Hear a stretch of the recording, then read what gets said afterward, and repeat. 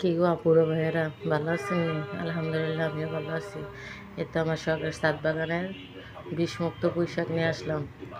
এই যে কাইটা আপনাদের সাথেও দেখাইতেছি, শেয়ারও করতেছি। আজকে এই শাকগুলি ভাজি করব। কেমন তাজা তাজা পুঁই শাক। তবে কার কার এই তাজা পুঁই শাক খেতে ভালো লাগে? আমার তো বেশ ভালো লাগে। এই যে কাটতেছি আর দেখাইতেছি আপনাদের সাথে।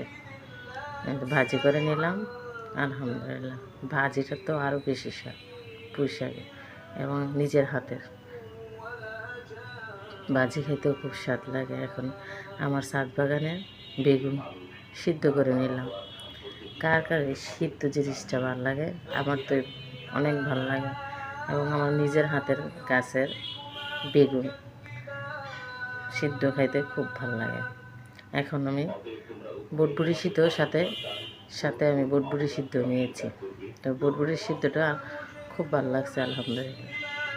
আমার কাছে সিদ্ধ জিনিসটাই বেশি ভালো লাগে। তবে আপনারা দেখে ট্রাই করে আপনাদের কাছে সিদ্ধ জিনিসটা কীরকম লাগে জানাবেন। আমি ছাদ বাগানের বেগুন, ধুন্দুল আর ঢেঁড়স তিনটে একসাথে ঝাল ঝাল করে ভর্তা বানাইছি। তবে ভর্তাটাও কিন্তু আপুরা ভাইয়ের সেই আসছিল।